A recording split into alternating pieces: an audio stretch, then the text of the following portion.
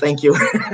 My name is Maciej Blazik, and I am the founder of Summerhill Online Academy, an online IELTS and CELPIP and CALE preparation program. So actually, I started my program just after COVID. Previously to that, I was a director of studies of a physical language school here in downtown Toronto. But because of the COVID crisis, I felt the need to create a new program that is fully online.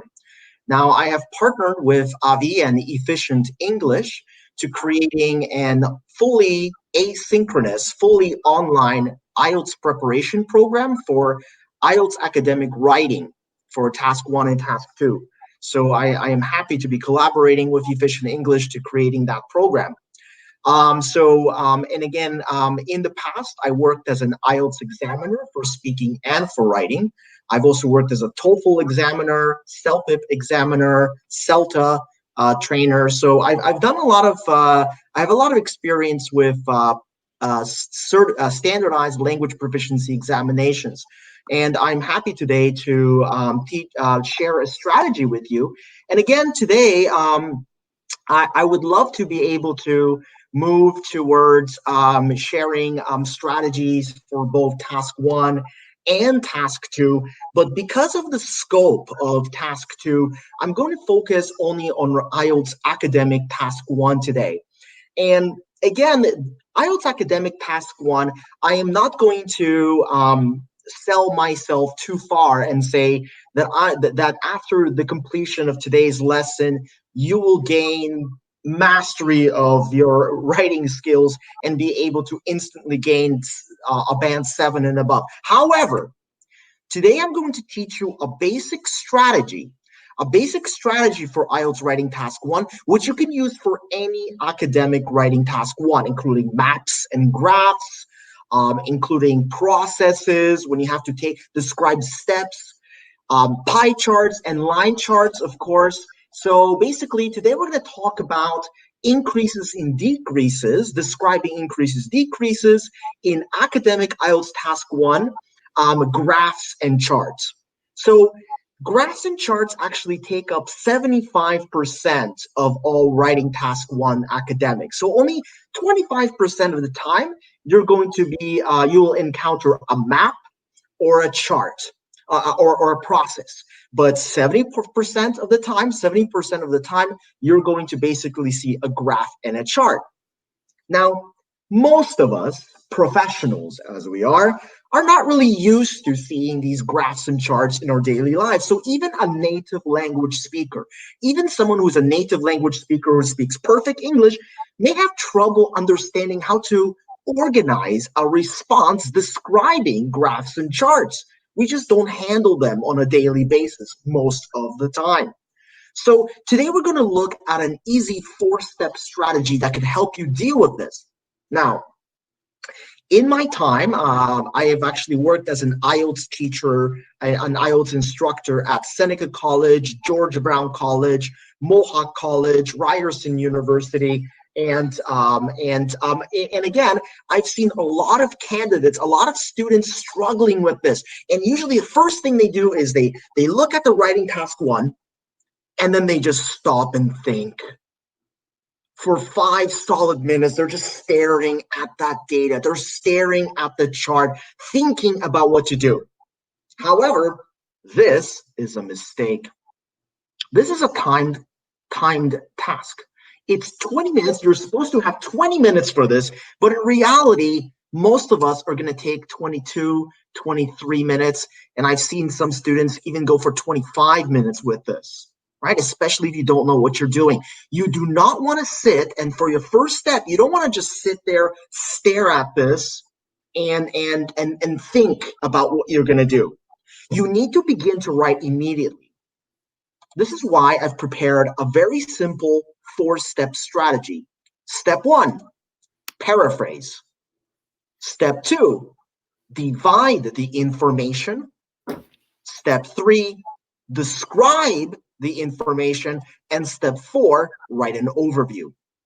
And today I'm going to talk about all of these 4 steps and how you can use them to save time, begin to write immediately, and avoid the lengthy trouble of just sitting there and staring, not knowing what's going on. It can be confusing in a timed test. It can be detrimental. In order to succeed in IELTS writing task 1, you have to start writing immediately, and I'm going to show you exactly how to do that. So as I mentioned before, most candidates, when they look at this chart, they make the mistake of actually looking at the graph. Yes, there is a graph, there is a chart, there are numbers, there are statistics, there are lines and pie charts and bar graphs, but you're going to just briefly look at this and then ignore it. Instead, you're going to move all of your focus into the first step of creating a paraphrase. And what are you going to be paraphrasing? You're going to be paraphrasing this 1 or 2 sentences describing your IELTS writing task 1 in this box. That's all you're going to do. So step 1 is to paraphrase the sentence. Now, why do you want to start with paraphrasing the sentence? Number 1, IELTS wants this. IELTS is actually looking for this. So examiners are looking for a general introduction. 2, by paraphrasing the sentence, you actually get a much clearer understanding of what the charts below actually represent. And 3, well, it's easy, and you can do this right away. You don't have to think and contemplate too much. Ignore the lines and the graphs and the charts at this moment. Focus on that one sentence to paraphrase, and just by paraphrasing this sentence, you'll get a much clearer idea of what it is that you're actually doing. Now, to paraphrase this sentence, you can see the charts below represent average automobile repair costs and 5 major sources of repair costs in one North American town. Now, you can paraphrase charts as in graphs, or you can say bar charts or bar graphs, or so. And by the way, don't paraphrase below. You're not writing anything below. When you're writing on a piece of paper, there's nothing below. Just get rid of below, and then represent. You can say show, illustrates, exemplifies, right? And then again, you want to paraphrase as much as possible, but don't paraphrase to the point where your meaning becomes distorted. So the first thing you can do is, number 1, paraphrase that sentence. Let's see an example. The line chart and pie chart below show the average cost of repairing automobiles along with the main sources of automobile repair costs in a North American town. And at this time, I would just get rid of below, because when we're writing, we're going to find nothing. We're going to find nothing below. And that gives us about 27 words already. Now, 27 words, or actually that's going to be about 26 words because I got rid of below. But basically, that gives us 26 words. That's great. We've already written 26 words. We have our first introduction written, and we have a clear idea of what's going on. And we haven't wasted a single moment of time. We haven't wasted a single second of time. We went straight into writing, and we have something on paper, and we already have a clear idea. So now it's time for the next step: divide the information.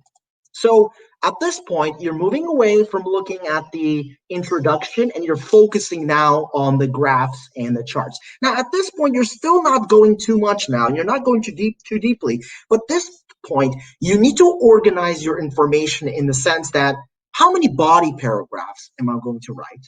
What am I going to write about first? What am I going to write about next? Now, of course, here I can see there's an average expenditure on car maintenance. And then the second paragraph, maybe we can talk about the pie chart. So this is kind of easy, but it's not always easy. Now, in a graph like this, we can see 3 lines. Now, we could be spending 3 body paragraphs talking about each of the lines. We can talk about the proportion of the population age 65 and over in USA, Sweden, and Japan. Sure, we can divide into 3 body paragraphs. But if you look more carefully, the rising trend in the USA and Sweden seems to be pretty similar. And the trend in Japan is also very different. So why not combine? You could spend 1 paragraph talking about the trends in the United States and Sweden, And because it's such a similar trend, you could even use one sentence to describe both of those trends. And then use a second body paragraph to describe the trend that's happening in Japan. Right? So you can combine. You don't always have to divide into 3 sections. Right? Here we have more options. We can see the units of electricity by fuel source in Australia and France, by different sources of electrical production. And at this point, we can talk about maybe 1980 and 2000. So one paragraph about France, right, and Australia in 1980, and France and Australia in 2000.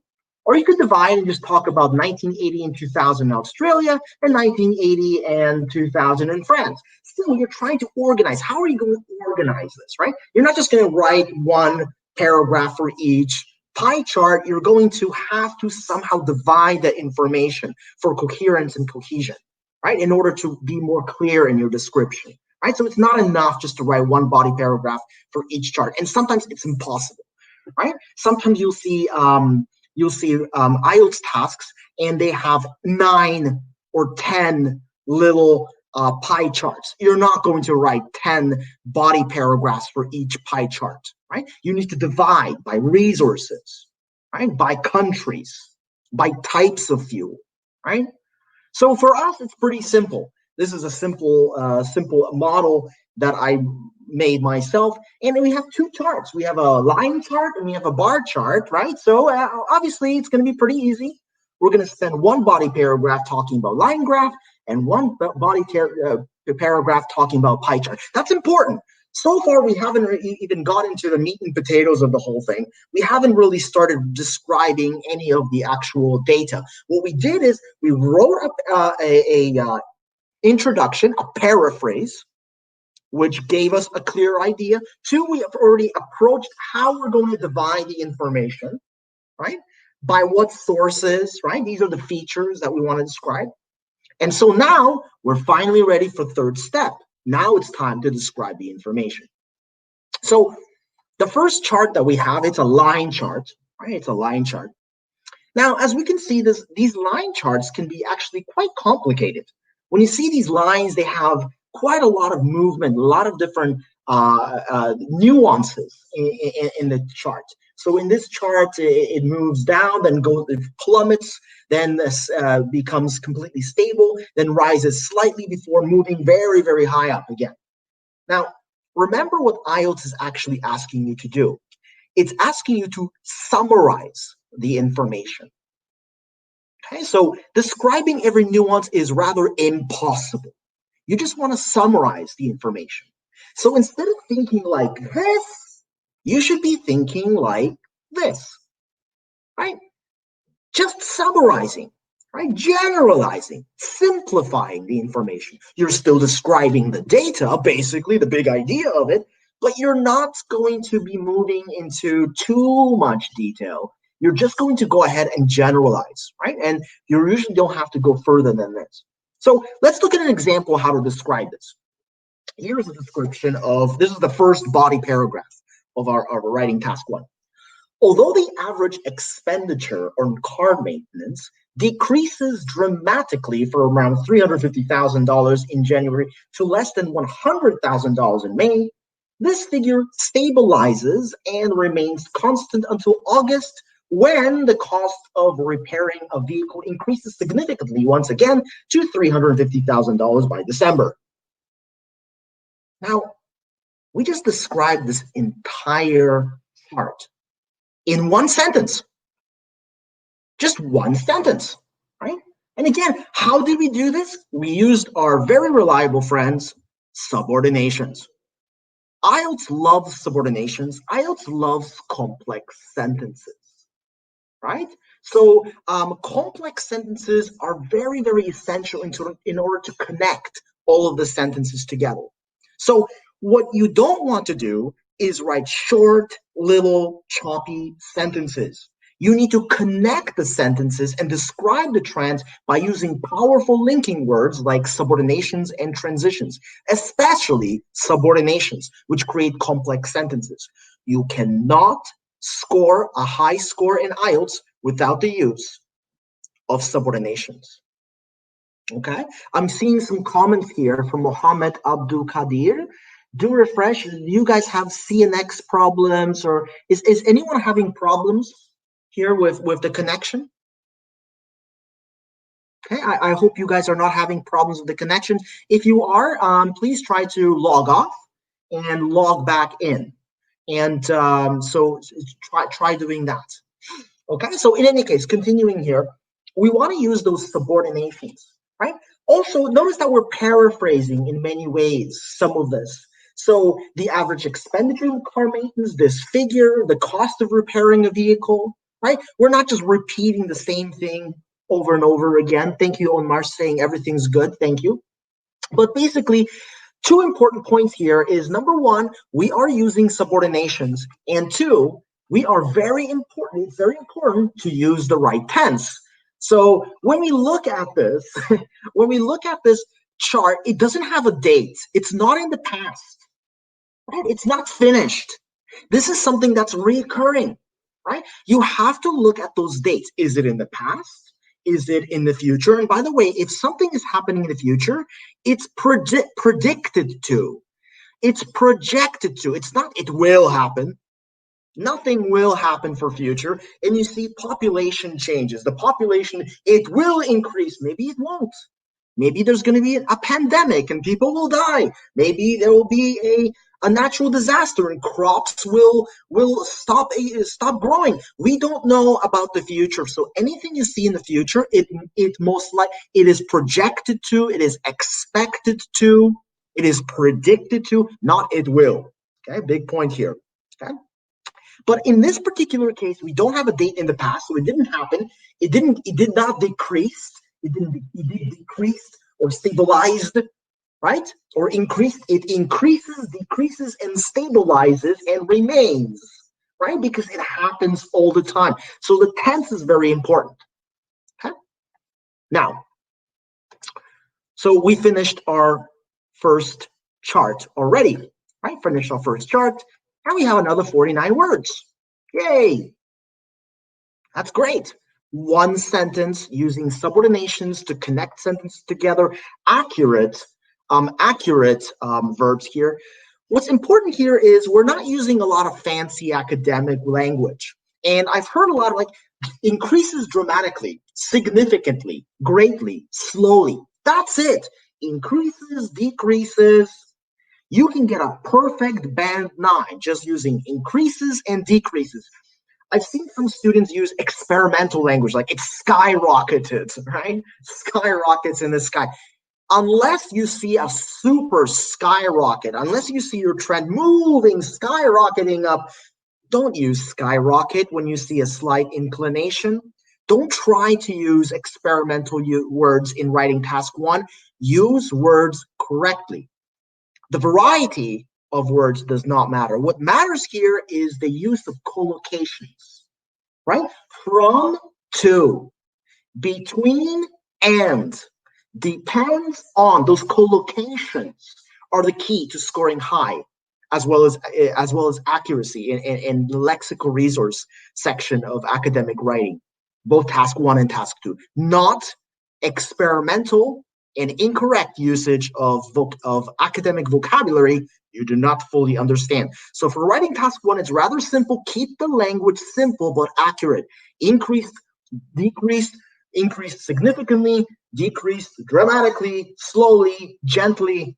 That's it. Very few words, very small resource of lexes that you need to understand. It's all about accuracy and all about connecting those sentences using complex sentences like although, when, while, okay, whereas. Okay, so in any case, those are very important skills. Again, the learning about these subordinations and how to correctly use them is a little bit extensive and beyond the scope of today's lesson. But in any case, it's a very important tip. So let's move on to the next one. Now we have a pie chart. Okay, so in terms of pie charts, when we think about pies, it's all about proportion. right? It's all about proportion. And again, very few vocabulary that we need to learn. Half, quarter, third. That's it. Half, a quarter, a third. That's it. That's all the three words that we need in order to do proportions. And then we can say more than half, less than half, more than a quarter, less than a quarter, more than a third, less than, about a third, around a quarter, about a half, approximately half, right? We can generalize, but that's pretty much it. Just three of those proportions that we want to use. Now, we want to be able to use these proportions because we want to generalize and summarize, right? We don't always want to talk about statistics, 55%, okay? Now, we can see that more than half of the cost of owning a vehicle results from accidents, right? 55%. We can say 55%, but more than half is better, right? We can say more than a quarter. More than a quarter of the cost of owning a vehicle results from changing tires. That's the cost, the tires.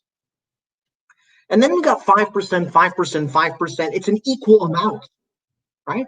And again, it's hard for us to paraphrase 5%. It's not a quarter, a third, so we can mention 5%.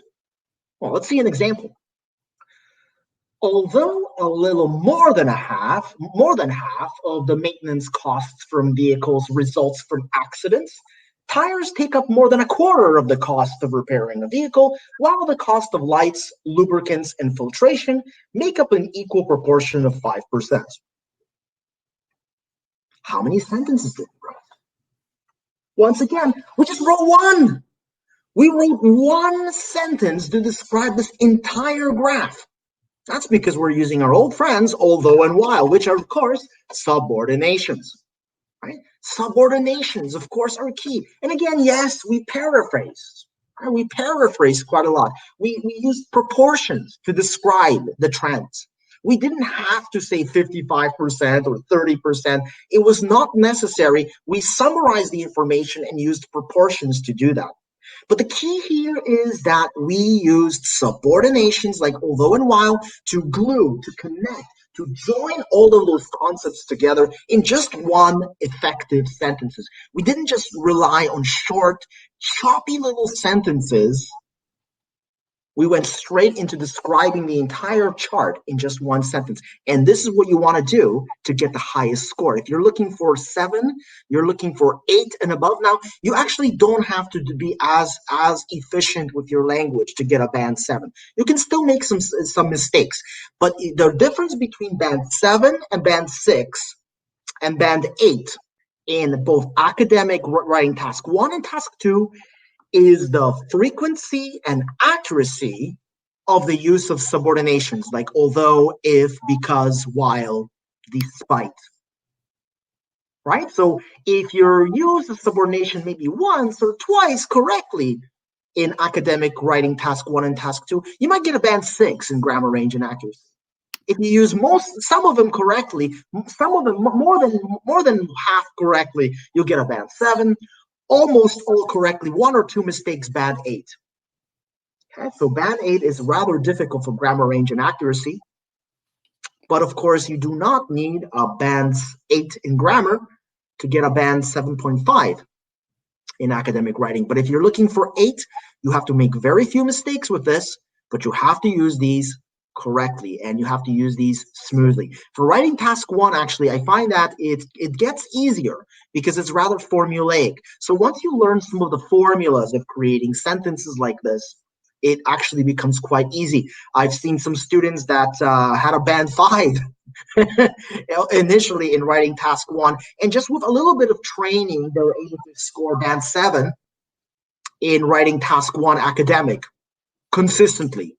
Writing task 2 is a different animal. It is a very different, it is much more, let's say, complex and accurate indicator of language proficiency. But writing task 1, as long as you get those proportions right, you get those formulas, those formulaic sentences down, you can usually consistently score band 7 and above, even if your language is not that great. Even if you're scoring much, much lower, or you did score much lower in the past. The key is to get rid of this as soon as possible. Get this writing task 1 finished as soon as possible so you can go to writing task 2 and you can have time to proofread your writing. You don't want to dump a significant amount of time in writing task 1 just because you're not used to doing charts and graphs. So in any case, we have another 44 words. So yay, we already have 120 words. We're supposed to write 150 words at least minimum. Make sure to write 150 words minimum, not 145, not 130. You'll get a penalty in your task achievement. Okay, you'll get a penalty.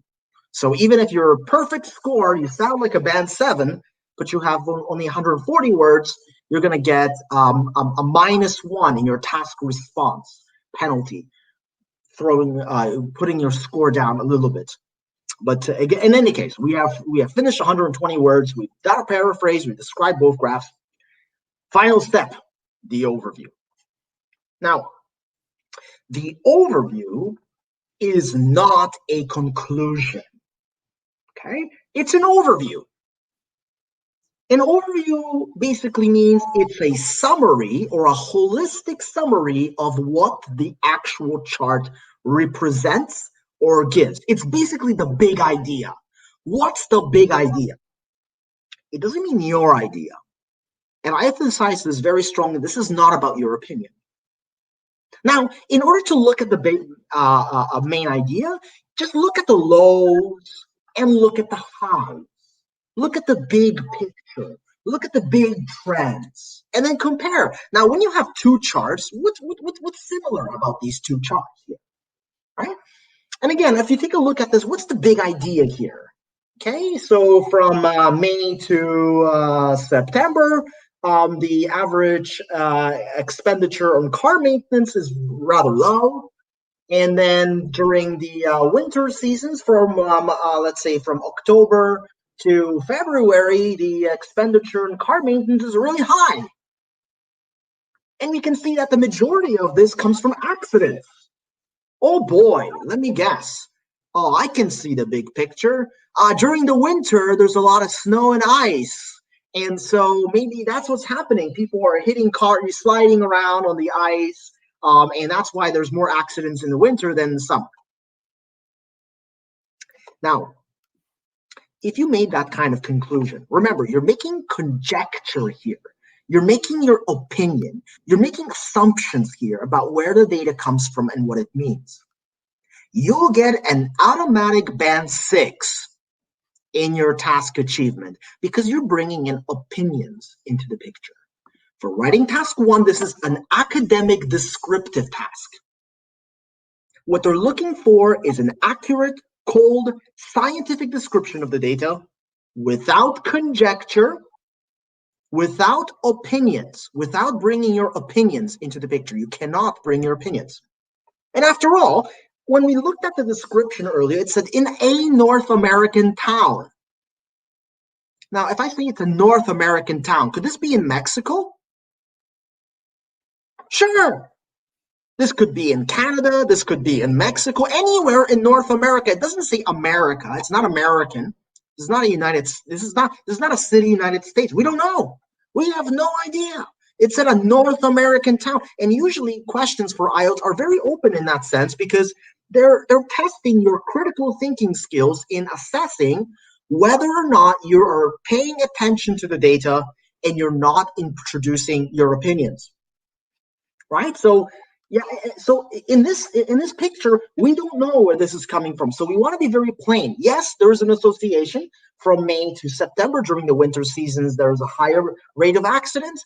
During the winter seasons, a higher rate of accidents, and there's a lower rate of accidents. We actually don't know. We actually don't know when this is happening. All we know is that most of the car maintenance comes from, we can assume, but we cannot assume too much. Here, overall, the highest cost of car maintenance in this North American town seems to occur during the winter season, while the opposite is true for the summer, and the majority of these costs results from accidents. You can see how very academic it is in the sense that we're not introducing our own opinions into the picture. We're just describing the general idea. We're just describing what we can see, right, on paper. We're not giving our opinions in any way, right? So we can bring all together, right? 156 words, 155 words, okay? 156 words here, right? And that's it. We're finished. This should be a perfect band 9. Doesn't need anything here. We've described all of our trends. Now be careful, guys. Always write an overview.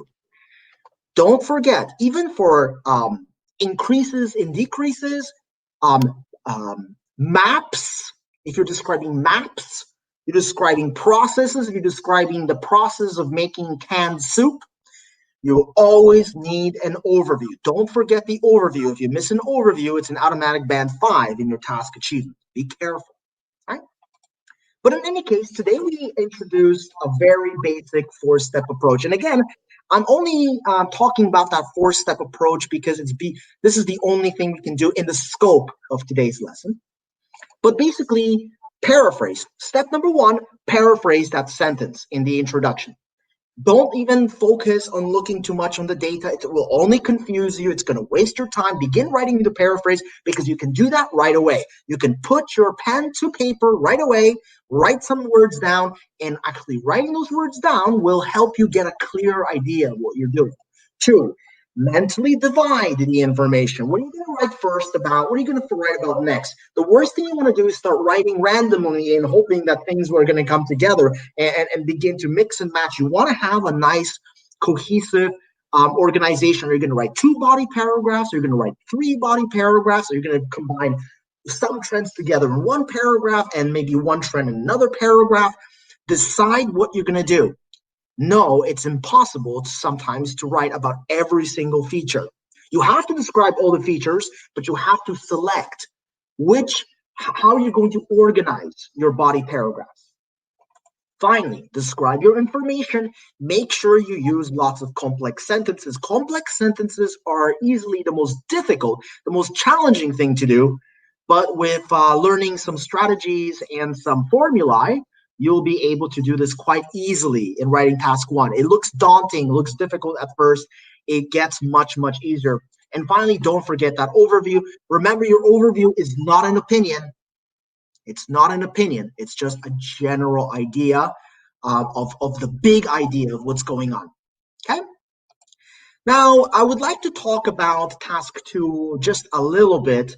Now, as I mentioned, I can't really describe task 2. It's beyond the scope, but usually I teach a simple 3-step approach. Now, I've seen a lot of videos out there that talk about the cause and effect essay, or the problem and solution essay, or the argumentative essay.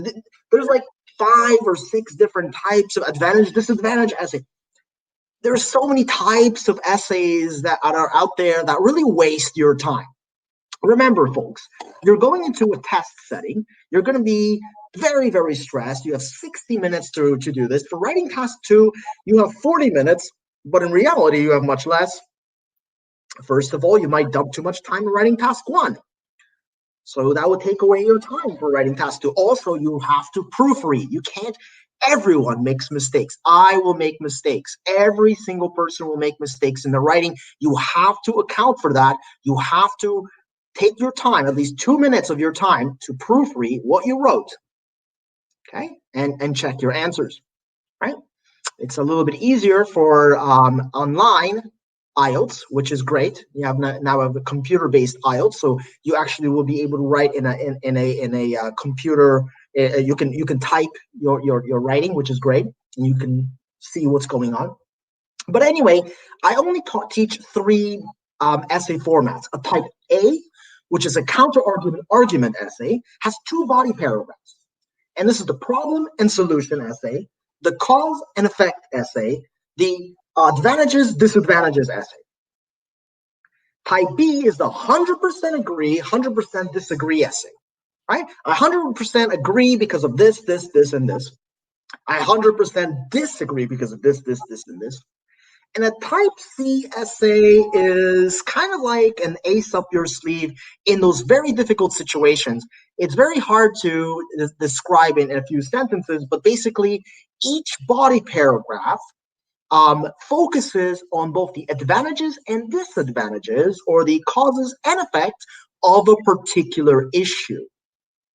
And again, for some of these, I've seen more older essays, more older writing task twos are like this. For example, I've seen a question like, describe the advantages and disadvantages of 3 types of media, such as television, radio, and newspapers. How can you do that? Talk about the advantages and disadvantages of 3 different things. Of course, you could write the advantages of 3 different things in one paragraph and talk about the disadvantages of 3 different things in a second body paragraph, but then it gets confusing.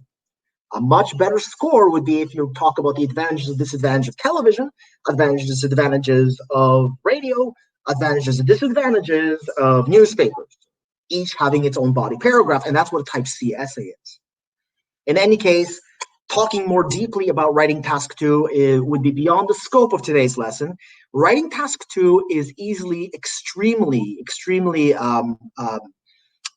complex and very, very tricky. Remember, writing task 2 is worth 70% of your score. So efficiently being able to complete writing task 1 will give you the most time. In any case, if you guys have any question, you can always visit my website, summerhillonlineacademy.com. You can also find my email at summerhillonlineacademy.com, and I'd be happy to send you a PDF copy of my presentation today. Okay, so moving on to Mr. Ravi. Ravi. Awesome. Thank you, Marjay, for those tips. Definitely some golden nuggets in there, guys. I hope you guys were taking notes, but as Marjay said, if you send him an email, he'll send you those slides. So thank you for that awesome segment that we just had. I'm sure you guys definitely learned a lot. I learned a lot just from looking at the presentation as well. So we'll just continue here, guys. As Marjay mentioned, it is very difficult for him to be able to give you all the strategies that he wants to give you within a 60-minute window, especially when it comes to task 2, because it is a different beast. It's worth a lot more of your marks as well. And it is very difficult to give you all of the strategies, the nuances, the tips and the tricks that you guys need to be able to achieve that band 7 and above in your IELTS academic task 1 and task 2. So as I mentioned earlier, Marjay is our exclusive partner for IELTS preparation. He's actually created an amazing online course.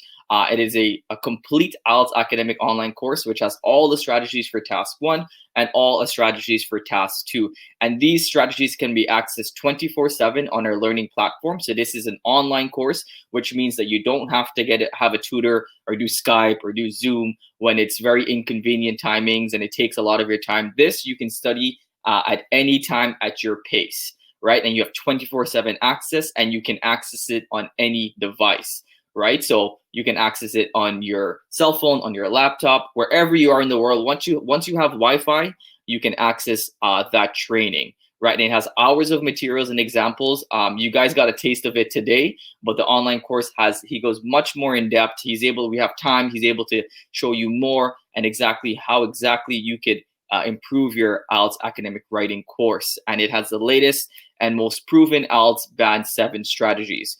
Okay, so since you guys have been such a tentative group, and you guys have been so engaging and just asking questions and just supporting each other, we're gonna offer you guys a special offer. Okay, so we're gonna offer you guys a special deal for the online course. Okay, so this is a paid online course which was created by Marjay in collaboration with Efficient English, but he has all of his teachings in there. So for you guys today only, if you guys want to get access to our online course, we're giving you 6 months of total access, right? So what that means is you have 6 months of access to the online course. It's usually 4 months, but we're actually giving you 2 additional months, again, because you guys have been awesome attendees today. We'll also be giving you, which is an amazing discount, we'll give you 50% off the regular course price. Now, Marjay, keep in mind, he is a native English tutor from Canada. You guys have seen the experience that he has, and you guys have got a taste of his lesson. So he is very sought after, but he's created the course with Efficient English, and we've we're giving you guys today, again, a 50% discount off of the regular course price. This course is usually over $100 USD, but again, today we're offering it for a one-time payment of $47. Okay, what Amajay has also agreed to, we're going to give you guys access, if you enroll today, to our live monthly academic writing classes. So not only will you have access to the full IELTS academic strategies for task 1 and task 2, you also get access to live monthly classes similar to what we just did, in which Majay will be doing a quick lesson, and then you can ask any questions in a live format. So you guys, yeah. So for the monthly lesson, they're kind of coexist with the actual online lessons as well. So if you're doing the online lessons, they're video based. But the monthly lessons will somehow reflect about the content of what we saw in the actual video lessons. But basically, we'll be focusing more on doing things like writing thesis statements and writing task 2. So you get some live feedback about your thesis statements. We'll talk about how to write those pesky complex sentences, and we'll learn how to write them on different situations, and you'll be able to receive live feedback from your writing during the actual classes. However, those lessons will not be sort of general lessons like we described today. They will be focused more specifically on tasks that are sort of more of the technical tasks that exist within the writing program. So basically, those monthly lessons are specifically catered towards students who are taking that modular online video course. And Avi, don't forget, I need to still answer some questions today. There's a lot of plenty of the questions. So yeah. Yep. Of course, we're getting to the question and answer period. Also, we're gonna have you guys are gonna get access to our private community of IELTS students. So if you guys have any questions, you can always speak to students, such as in a format like this. Also, you get access to our support teams and whatnot. Any questions you guys have with IELTS Academic, we'll be able to help you guys out with that. So today, not only are you guys able to increase your IELTS score, but we're also going to help you guys save. The reason why we do this is because we know how important the IELTS examination is for many of you. You know, at the beginning, there's some of you that are pursuing your master's degree, your PhD, essentially wanting to improve your skills, improve your outcome, and just have a better life. And that's something that we really want to help you guys achieve. We know how important the IELTS examination is for every single person that takes it. It truly can change your life.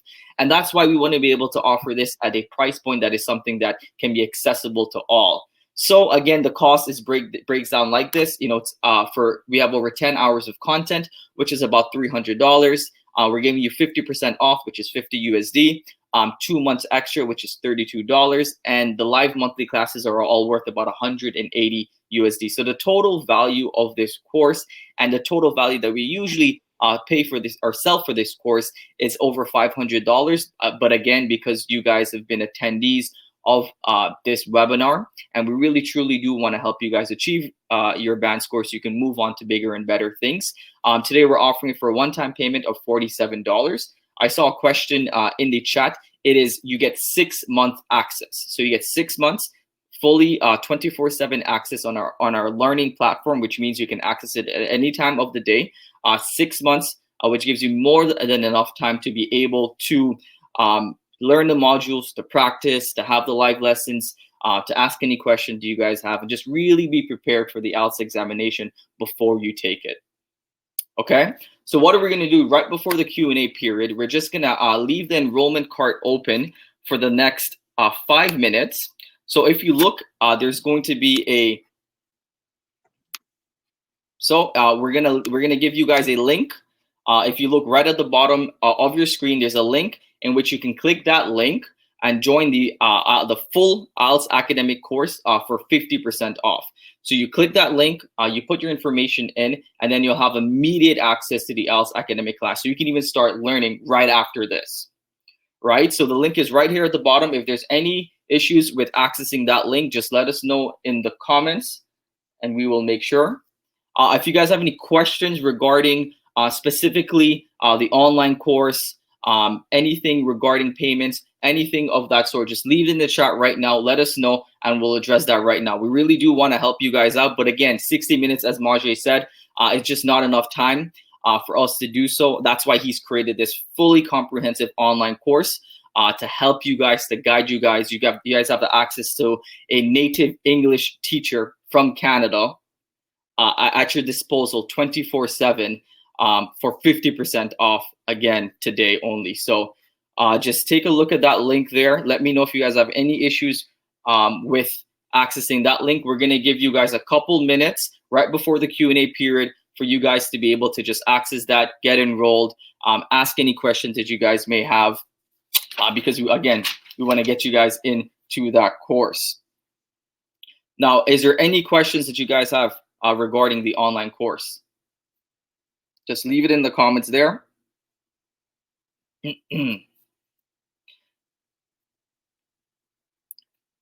Also, again, guys, we know how you guys have joined this webinar. You guys are obviously committed.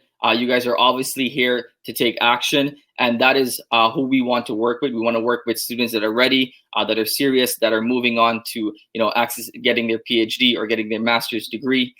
So we really want to be able to help you guys out. Again, we'll leave this open for the next couple of minutes. We'll go into the question and answer period right now.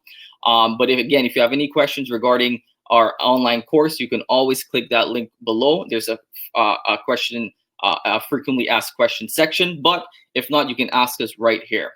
So the course, it's about the IELTS Academic Task 1 and Task 2. So everything you need to know for IELTS Academic Task 1 and Task 2. There's model answers in there.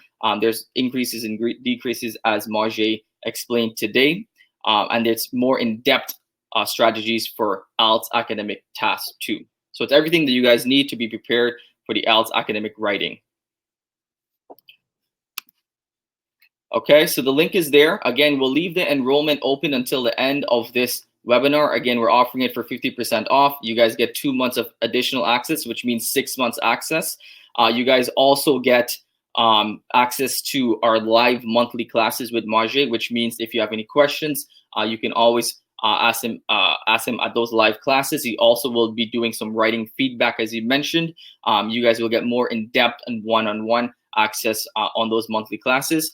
You also get access to our full community, in which you can, if you have any questions, if you have issues with getting a schedule, if you have issues with being motivated, if you have issues with just being nervous for the actual examination and things like that, we offer resources to help you guys just really be prepared and give it your best on exam day.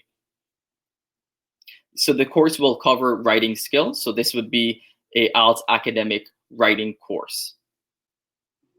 Only IELTS academic writing course again.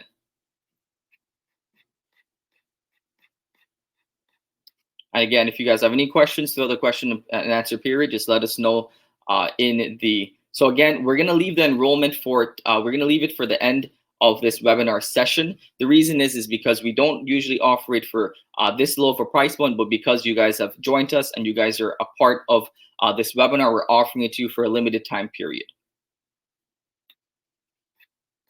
So yes, this course focuses on academic writing, task 1 and task 2. So it doesn't talk about listening, speaking, or reading.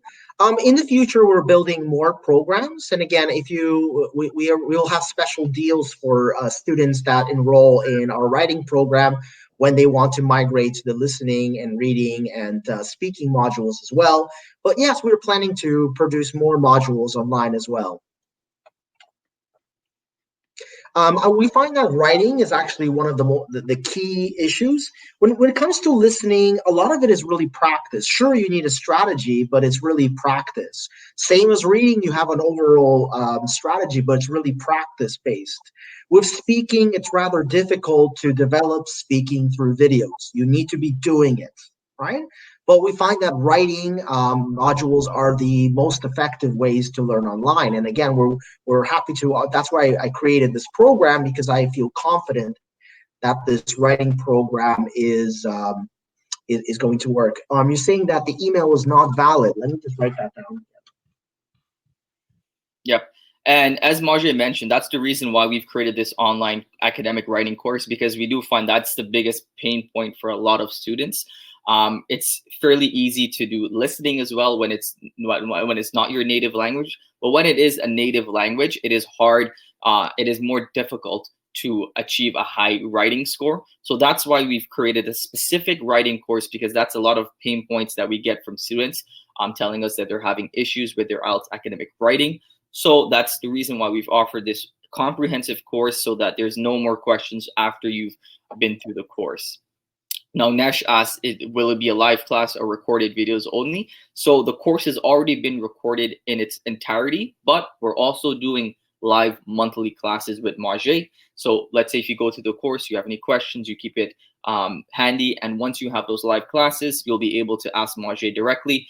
You'll also be able to have your feeding, some feedback from your writing as well. So it's a mixture of online and also live classes. The reason is because we know, how busy you guys are. You guys may have families, you guys may have studies, you guys may have a busy life, and it is very difficult to accommodate for a online tutor, especially if they're in a different part of the world as we are in Canada. So we wanted to make sure we have a course that is accessible to all, that you guys can access at any time, and access it for the fraction of the price that you would have to pay for a IELTS academic native English tutor.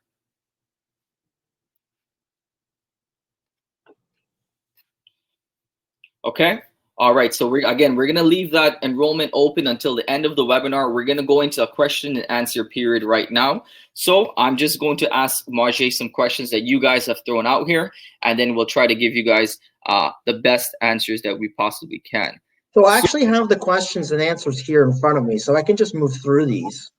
And some of these are a little bit more general, and I can skip through them. No, you guys will not get a certificate for this, but again, why would you want to?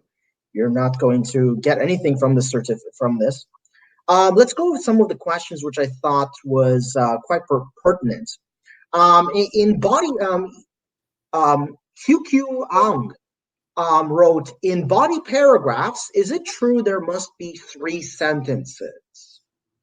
No, absolutely not. A good paragraph only consists of a topic sentence and supporting sentence. So you can't just have one sentence. That's true. You can't just have one sentence. There should be a topic sentence and supporting sentences. Now, some instructors will say, okay, write at least 3 sentences. That makes sense. That makes sense. But I mean, if your supporting sentence is long enough and connected with complex sentences, then it could be sufficient. Okay, that being said, in a writing task 2, as a result, in writing task 2, the paragraphs are much, much longer. So probably having 3 sentences seems okay, but it's not a rule there must be 3 sentences. We're looking for extension. So for paragraphing, there must be a clear topic sentence and then supporting sentence that show why or how the topic sentence is true. What you don't want to do is add sentences that do not support the topic sentence. So if the sentence doesn't support the topic sentence, it's off topic. If it's just additional information that you're throwing in, that will substantially lower your score. So be careful. Let me see. Yeah, it's in my wallet. So in epilogue, when we're talking about epilogue, again, we're talking about overview. Overviews are not conclusions. They're the big idea. Okay, and yes, it is absolutely necessary for you to have an overview, or you will score an automatic band 5 in your task achievement. Okay, so that's pretty much it. So for writing task 1, you must write an overview, which is the big idea. What's the big idea? Do not include your opinion. How students with not advanced vocabulary can get 6+ in IELTS task 1. I think I explained it. You don't need a lot of vocabulary for writing task 1 and to get a perfect score. Okay? And we saw that we have increases, decreases, increases gradually, decreases between to, from to, between and, from to. Collocations, basic vocabulary is all you need. Okay? And that's it. Just the proper use of singulars and plurals. You do not need extremely complex vocabulary for writing task 1. You can get a perfect score with just using increases and decreases. Oh, next question is very good. I went off topic while writing an essay. How can I improve my writing essay? Number 1, The number one reason why students get off topic in writing task 2 is because their introductions are too long. You begin to write, well, generally people talk about this, and that, and then you're moving forward, and then you're finally getting to the main point, but you're going to get off topic. The best way for not getting off topic in writing task 2 is to write your introduction as a thesis statement.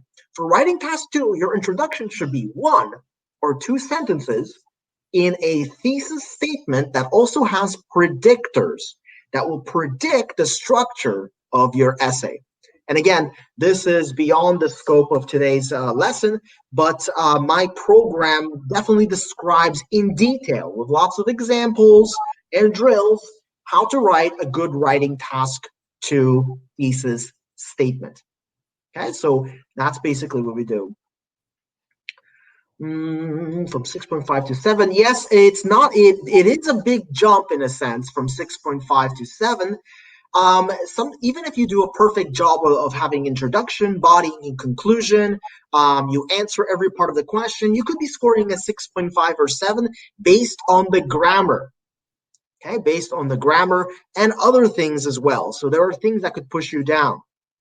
And maybe you're scoring 6.5 instead of 70 because you didn't finish, you didn't write. You didn't write 150 words. Nicoletta, start from writing task 1 and task 2. I would always start from writing task 2 because it's easier. Just get it over with. So you can focus all of your mental energies on writing task 2. Okay? If you start with writing task 2, you may not finish writing task 1. Okay?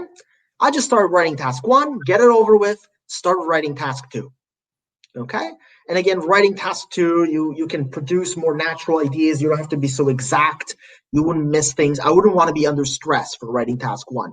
But I would like to use a common strategy, 1, 2, 3, 4 approach, get it over with, focus all of your attention on writing task 2. Could you please send us the PowerPoint in this video conferencing? Again, we have 2 options here. On one hand, you guys can simply just email me.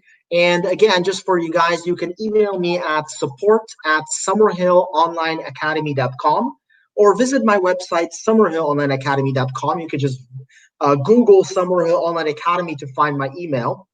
But at the same time, I think, Avi, is it possible to include a PDF copy of my PPT for attendees? Yeah, we can do that for you guys. We can send do that too. So I will go ahead and email my PDF to PPT to Avi, and he'll be able to share with you guys. So fantastic. Thank you, Avi. Okay. Yes.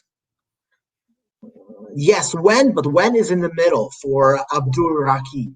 Again, when is a so when actually is an independent clause because it follows another dependent clause. Yeah, steps 1, 2, 3, 4 miles. Any type of yes. The 4-step approach that they paraphrase, divide the information, describe the information, write an overview couldn't be applied for all types of writing task 1, including maps and charts, maps, processes, and again, the graphs. Absolutely. So all of those can be, all 4 steps are very useful.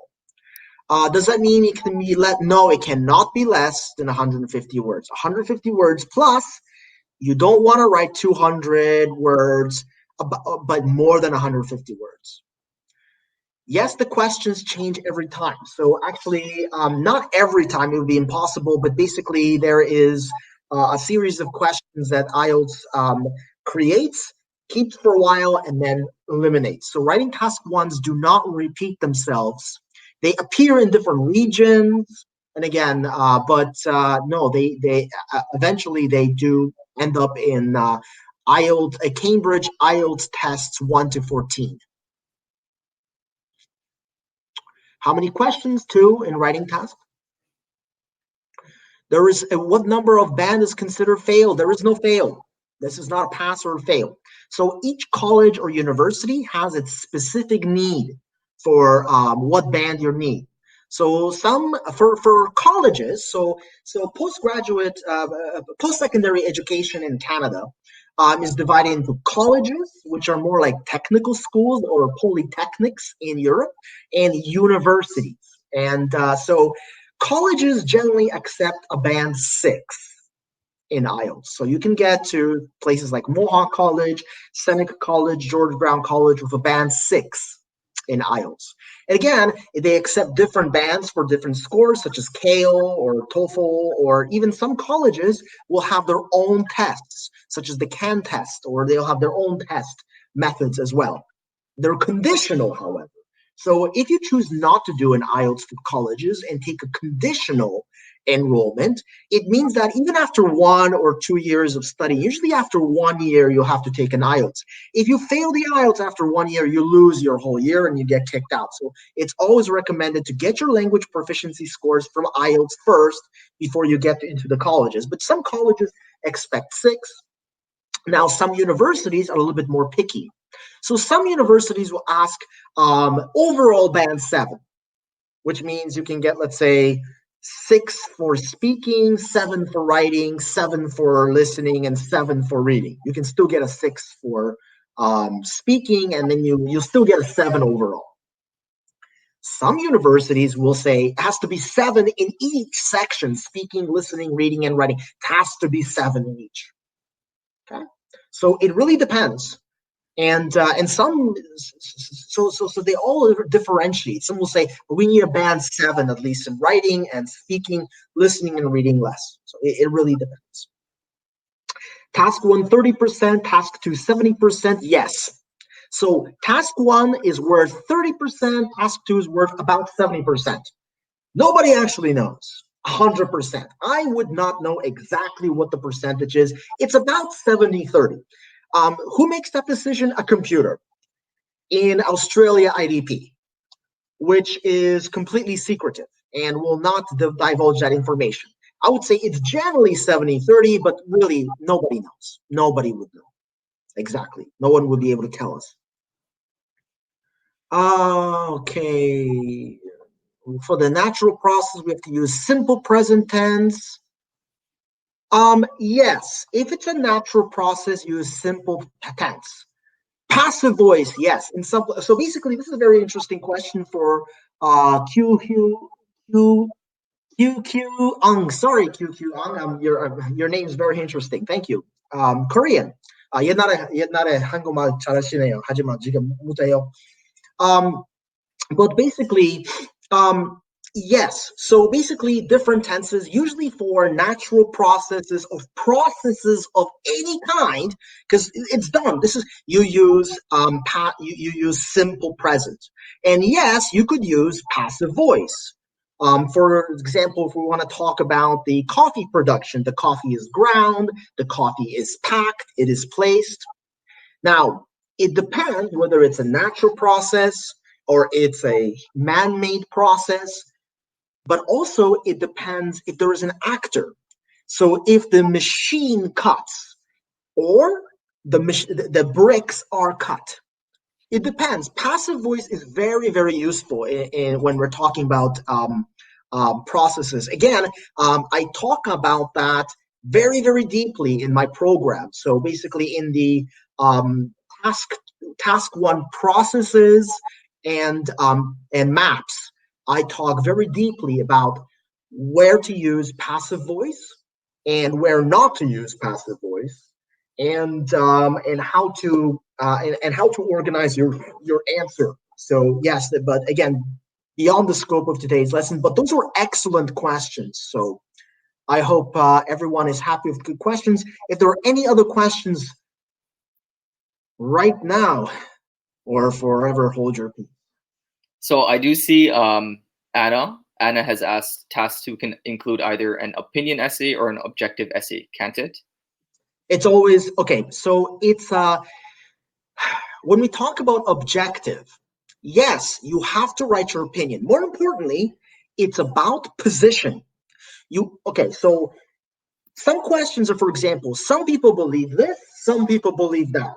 Discuss both views. You're not going to talk about people. Some people think this. No, I believe this. This is your position. Even when IELTS questions for task 2 are phrased as in some people think this, some people think that, you're always going to develop your own position and you're going to defend your position. So you're always speaking from the position that this is my opinion. It doesn't matter if you believe or you don't believe. Okay, maybe you don't believe in any of those points, but you have to show positions, right? So you have to write from your own position. So I would say it's always your own opinion. Okay, it's always your opinion. And unlike writing task 1, writing task 2 is where you can put your opinions on paper. Remember, you're not just writing opinions or belief systems, you're writing scientific arguments that you're going to defend, right? So you're writing a position and you're supporting your position. Okay, you're not just giving your belief system or using generalizations to support your position. You have to use evidence-based or argument-based ideas. You're very welcome, Anna.